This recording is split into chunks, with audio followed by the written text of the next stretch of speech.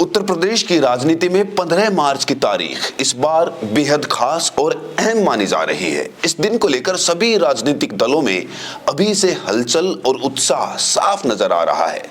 Samajwadi party ने 15 मार्च को एक बड़े कार्यक्रम का ऐलान किया है। बहुजन समाज पार्टी ने भी उसी दिन एक महत्वपूर्ण आयोजन करने की घोषणा कर दी है। वहीं चंद्रशेखर आजाद की पार्टी आजाद समाज पार्टी कांशीराम ने भी अपनी राजनीतिक गतिविधियां तेज कर दी हैं। लेकिन अगर इस समय उत्तर प्रदेश की राजनीति में सबसे ज्यादा किसी ने लोगों को चौंकाया है तो वो है बहुजन समाज पार्टी। वही बीएसपी जो आमतौर पर चुनाव के समय टिकटों की घोषणा काफी देरी से करती है, इस बार पहले से ही सक्रिय नजर आ रही है। बीएसपी ने 2027 के विधानसभा चुनाव को लेकर अभी से तैयारी शुरू कर दी है। खबरों के मुताबिक पार्टी ने करीब 100 सीटों पर संभावित उम्मीदवारों के नाम तय कर दिए हैं। इतना ही नहीं, 3 सीटों पर प्रत्याशियों की घोषणा भी की जा चुकी है। वहीं आजाद समाज पार्टी के प्रमुख चंद्रशेखर आजाद ने भी चुनाव लड़ने के संकेत दे दिए हैं। माना जा रहा है कि वे उत्तर प्रदेश विधानसभा चुनाव में अपनी किस्मत आजमाने की तैयारी में जुट चुके हैं। वे किस सीट से मैदान में उतर सकते हैं, इस पर भी चर्चा तेज हो गई है। अब बात पीडीए दिवस की। आखिर पीडीए दिवस क्यों मनाया जा रहा है, कौन इसे मना रहा है और किस तारीख को इसका आयोजन होगा, इस पर भी सियासी हलकों में चर्चा जारी है। सबसे पहले बीएसपी की बात करें तो पार्टी को लेकर बड़ी खबर सामने आ रही है। बीएसपी के chief national coordinator Akash Anand जल्द ही चुनावी अभियान की शुरुआत करने वाले हैं। बताया जा रहा है कि वे राजस्थान के भरतपुर से रैली की शुरुआत करेंगे। राजस्थान में पंचायत चुनाव होने वाले हैं और इसी को ध्यान में रखते हुए वहां से राजनीतिक संदेश देने की तैयारी की जा रही है। कहा जा रहा है कि भरतपुर से शुरुआत कर आगरा के जरिए पूरे उत्तर प्रदेश पर फोकस करने की रणनीति बनाई जा रही है। 15 मार्च को बीएसपी लखनऊ और नोएडा में भी बड़े कार्यक्रम आयोजित करने की तैयारी में है। हालांकि आकाश आनंद को राजस्थान की जिम्मेदारी सौंपी गई है, लेकिन उत्तर प्रदेश में भी पार्टी की सक्रियता काफी बढ़ी हुई दिखाई दे रही है।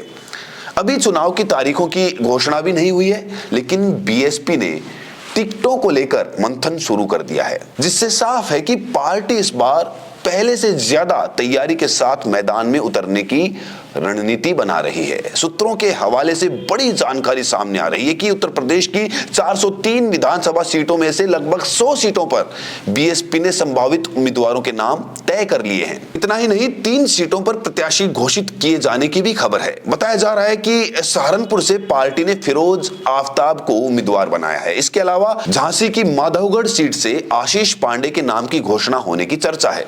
जानकारी के अनुसार जालौन में हुई एक संगठनात्मक बैठक के दौरान मुख्य मंडल प्रभारी लालाराम अहिरवार ने आगामी चुनाव के लिए आशीष पांडे के नाम का ऐलान किया। पार्टी नेतृत्व के निर्देश पर उन्हें माधवगढ़ क्षेत्र में संगठन मजबूत करने और चुनाव की तैयारी की जिम्मेदारी सौंपी गई है।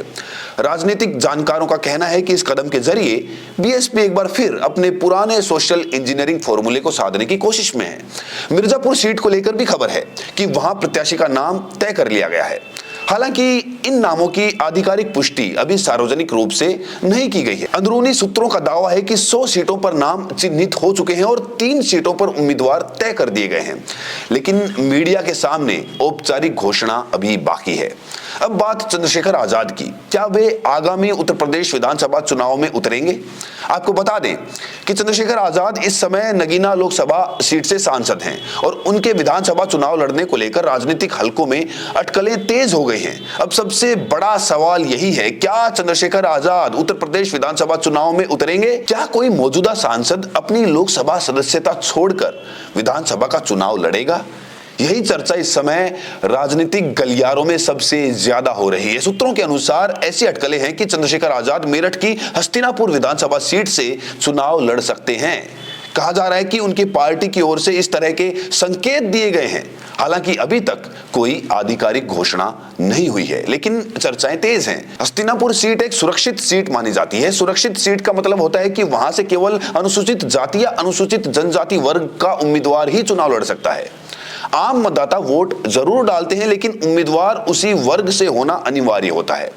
नगीना लोकसभा सीट भी सुरक्षित श्रेणी में आती है, जहां से चंद्रशेखर आजाद वर्तमान में सांसद हैं। इसी बीच एक और मामला चर्चा में है। रोहिणी घावरी नाम की एक युवती, जो कभी चंद्रशेखर आजाद की करीबी मानी जाती थी, इन दिनों सोशल मीडिया पर काफी सक्रिय है।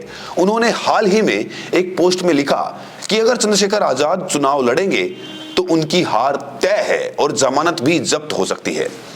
उन्होंने ये भी कहा कि वो घर घर जाकर लोगों को सच बताएंगी। दिलचस्प बात यह है कि जब चंद्रशेखर आजाद नगीना से लोकसभा चुनाव लड़ रहे थे, तब यही रोहिणी उनके समर्थन में खुलकर सामने आई थी और दावा कर रही थी कि उनकी मदद से ही जीत संभव हुई। लेकिन अब दोनों के बीच मतभेद की खबरें हैं और कई आरोप प्रत्यारोप सामने आ चुके हैं। अब सवाल यह भी है कि अगर चंद्रशेखर आजाद विधानसभा चुनाव लड़ते हैं तो क्या वो अपनी सांसद सदस्यता छोड़ेंगे, और क्या उनकी पार्टी किसी गठबंधन के साथ चुनाव लड़ेगी। आपको याद होगा कि उनकी पार्टी ने बिहार में AIMIM के साथ गठबंधन किया था और चर्चा है कि वो संबंध आगे भी जारी रह सकता है। वहां दूसरी ओर BSP का रुख अलग बताया जा रहा है। पार्टी संकेत दे रही है कि वो बिना किसी गठबंधन के चुनाव लड़ेगी, ठीक उसी तरह जैसे 2007 में उसने अकेले दम पर बहुमत हासिल किया था। पार्टी का दावा है कि 2027 में भी सत्ता की चाबी उनके हाथ में होगी। इसी बीच बहुजन राजनीति में चंद्रशेखर आजाद का उभरना भी एक बड़ा फैक्टर माना जा रहा है। और अब बात करते हैं अखिलेश यादव की। उन्होंने हाल ही में एक नया नारा दिया है, PDA।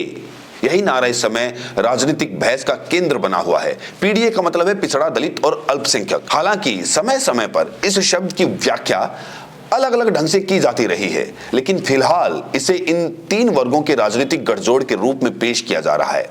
अब 15 मार्च को लेकर एक नया और बड़ा ऐलान किया गया है। ये तारीख इसलिए भी अहम है क्योंकि इसी दिन काशीराम जी की जयंती होती है। इस मौके पर समाजवादी पार्टी ने घोषणा की है कि 15 मार्च को PDA दिवस मनाया जाएगा।